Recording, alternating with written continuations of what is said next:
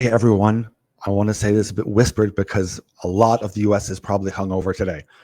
Happy belated 4th of July to all the patriotic people in the States that would have been out yesterday barbecuing, doing fireworks, you name it. Speaking of fireworks, an interesting note before we get into the sobering reality of this Friday morning, we'll see some of the display from LA as they had the fireworks ban in LA, working very effectively at banning these things. I'm being kind of silly and funny about this, but it brings up an important question from both sides too, regarding how effective is banning certain things. We're living in an age where everyone seems to want to ban all sorts of things, ban free speech, ban this, ban that. Um, is this a net positive or is it a net negative?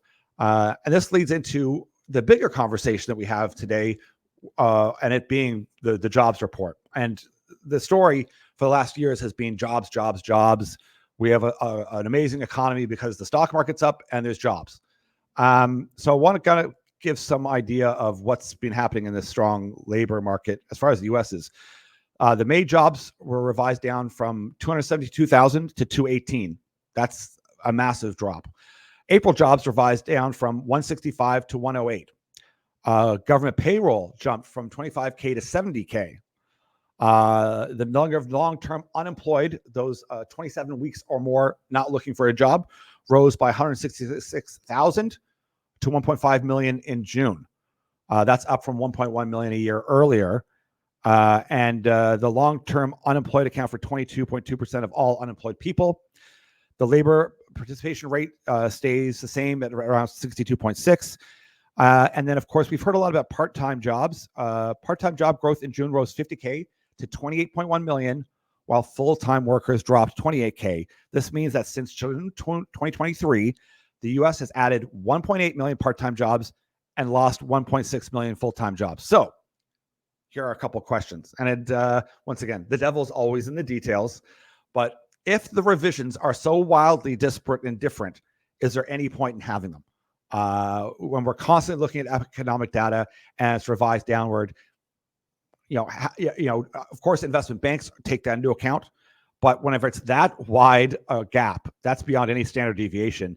How can you possibly quantify and forecast out with that? So give me your thoughts on that. What do you make of this part-time job gain and full-time job loss?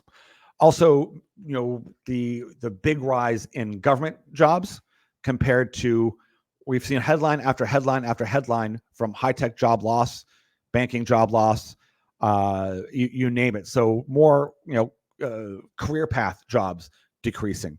Also, when we see this huge growth, and I'll take even into account Canada, as there's an article today saying, what's driving Canadian wage growth? Federal government employees. How many jobs created by the government are beneficial? Now, this, of course, brings into the biggest conversation about, left and right, social versus pure capitalism. And I don't mean to get that much into that kind of detail, because obviously you need to have police, teachers, you name it, people to help give a safe environment, a wellness environment for private growth and for industry to grow anyway. Like, you need to have that. So I mean, just more in the extremes that we're facing today, is adding extreme levels of federal employee wage growth and employment. Is that really helping an economy? Sure, it boosts up GDP numbers, but is that actually making the economy wealthy?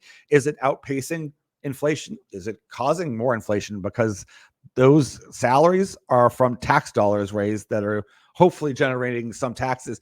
Is it a just circular loop of no ending eventual loss? And also, when we look at something, say for, when we mentioned police and say teachers, have we found that in the last 3, 4, 5 years that policing has been better, that crime has gone down? I think the answer, whether it's Canada, Europe, US, that's a resounding no. And of course, do we see that education has improved drastically? Are some of these ideologies being promoted in schools a net positive or a net negative into society? These are all the questions that are being asked, and it's being shown not only in the economic data, but on the socio-political front. Let me know what you think will drive the economy here in the next, 6 months to a year, and what your thoughts are on this latest information and a couple of questions we had. Love to hear back from you.